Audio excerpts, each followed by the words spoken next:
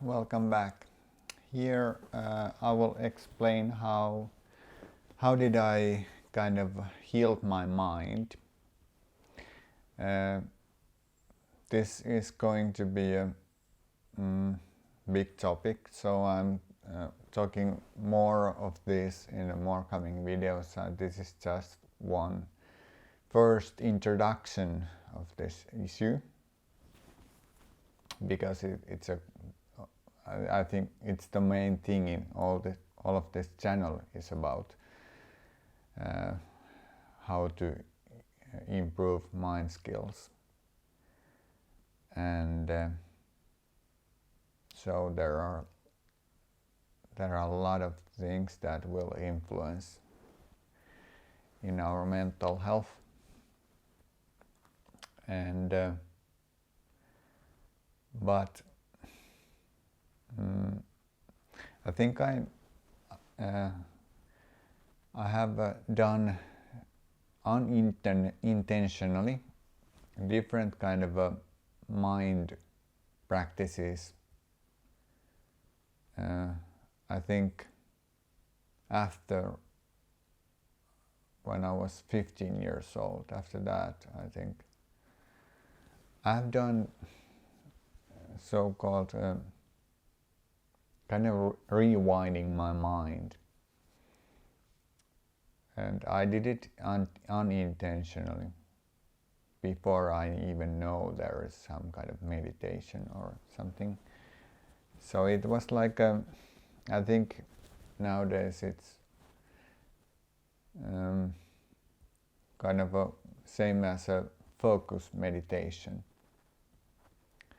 So I focus my mind in something. It can be some happening in my past or something. I focus my mind to that in a way that I was kind of in a really relaxed state, that there was nothing bothering me. So I cleared my mind and focused my mind to something.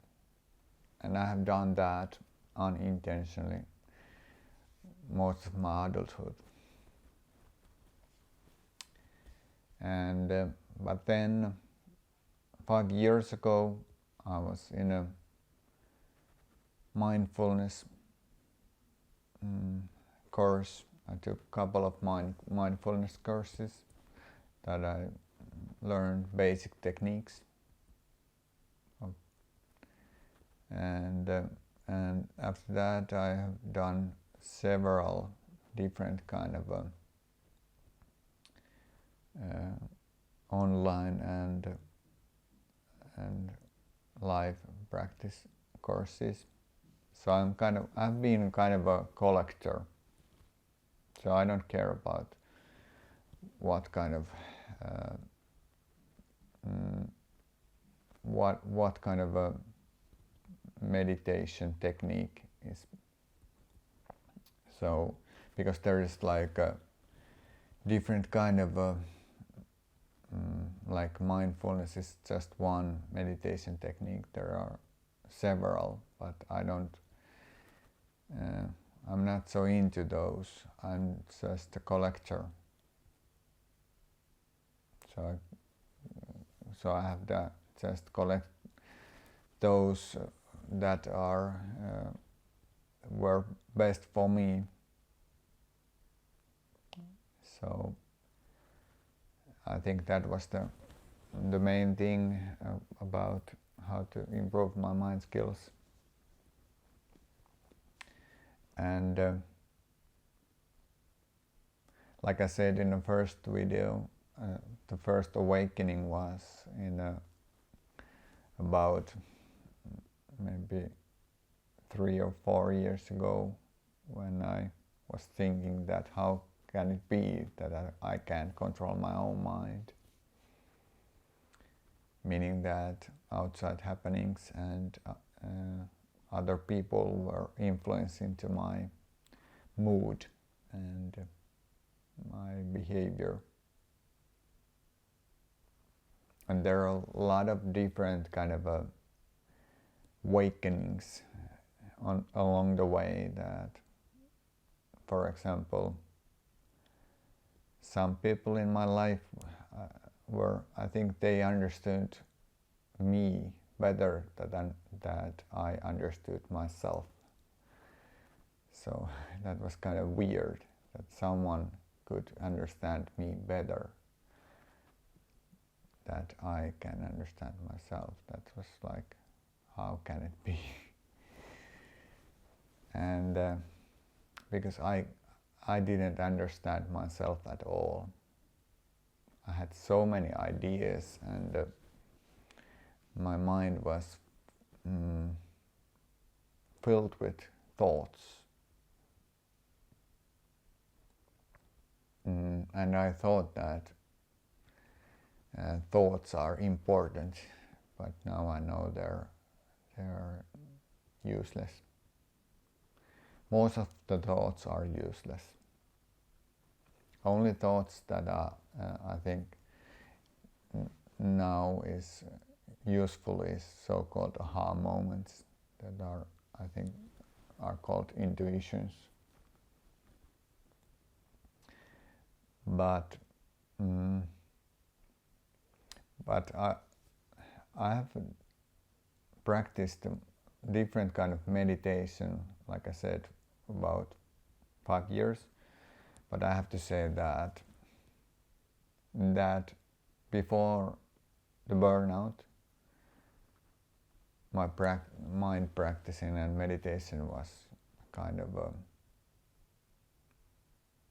I didn't get anywhere. I didn't improve my skills. I think I was stressed like whole day. Like if I had a half-hour meditation, in that half hour I could maybe be relaxed, maybe 15 minutes. So I was stressed about 23 hours in my day, and in that half-hour meditation I could relax myself a bit. So it didn't have an effect in my life in a way. But I think it helped me to learn those techniques. And then I went to hypnotherapy also, and there I learned different kind of mind techniques also. And so I think those, because I've collected so many different kind of mind techniques to how to kind of different ways of how to kind of heal my mind. And after the burnout,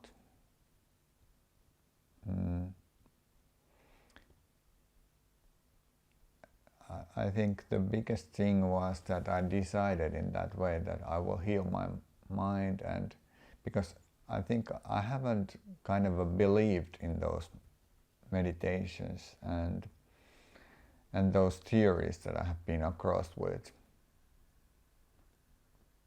For example, I didn't understand at all what the Depak Chopras was talking about, and so I didn't believe in those. But in that burnout, when I decided, okay, I will heal my mind and so I can help others, I think that kind of I think I kind of let go. So I was kind of I didn't care about reality anymore. So I was open for everything. And that, I think, was the key thing, that the openness. So I was So that after that I did different kind of techniques, so I cleared my mind with negativity.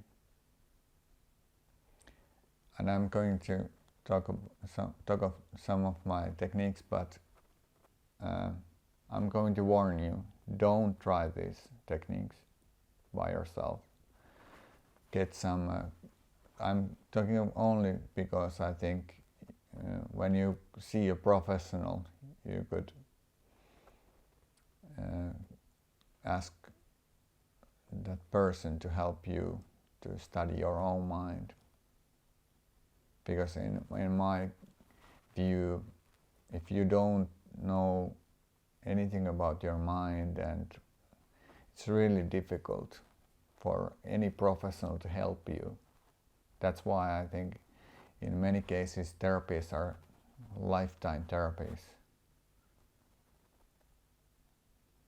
And because in my view, that is, if you don't kind of do anything yourself, no one can heal your mind, because it's your mind. Okay, there are kind of medicines, but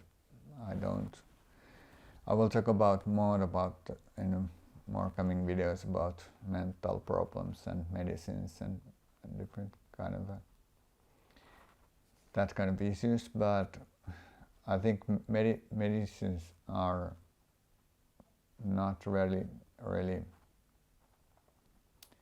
You need to know exactly what's the problem, and the diagnosis is really hard to do. So usually it can be that the medicine is in a wrong problem. So it can be cause more problems. So, but I don't say that therapies are useless. No, they're really good therapies.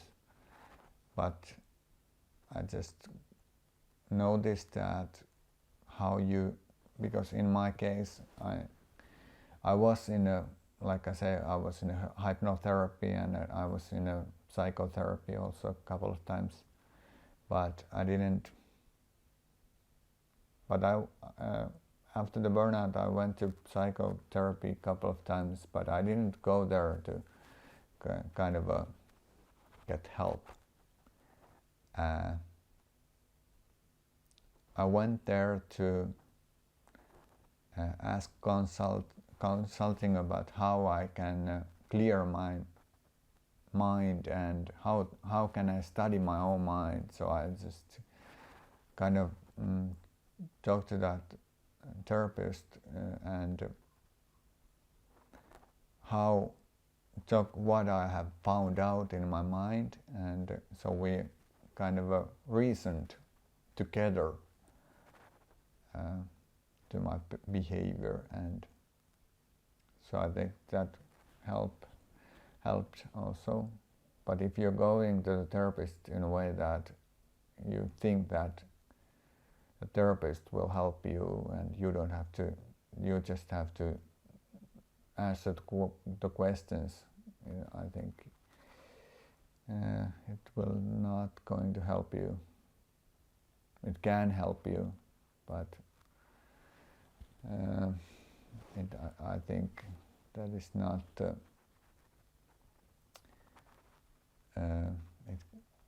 there's something else affected that also. But in my case, so I kind of studied my own mind, everything about me. I write everything down of my past, and then I did different kind of meditations where I went to those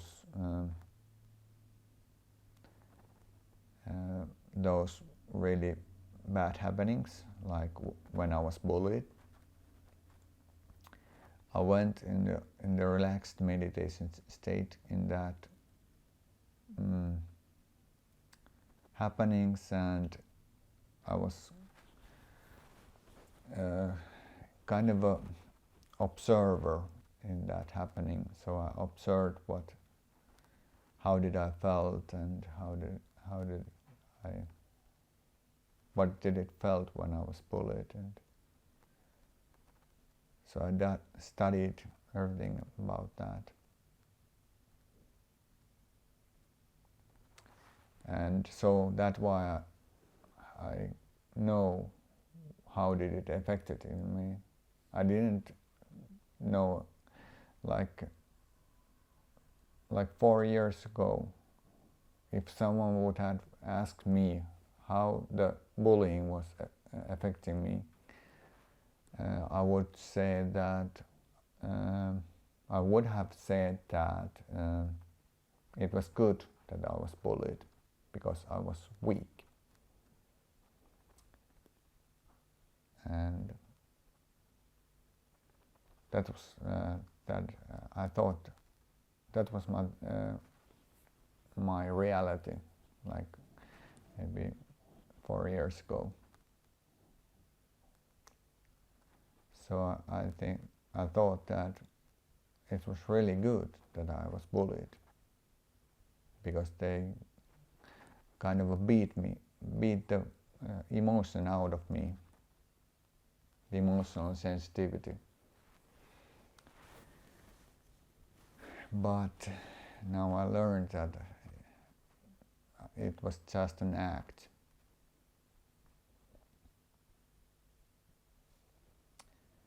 And no one can act all their life. And that's why I think it was really important for me to go to the kind of meditation observer mode in those happenings, so I could see and feel the feelings that I felt in that moment. So I kind of did different kind of techniques.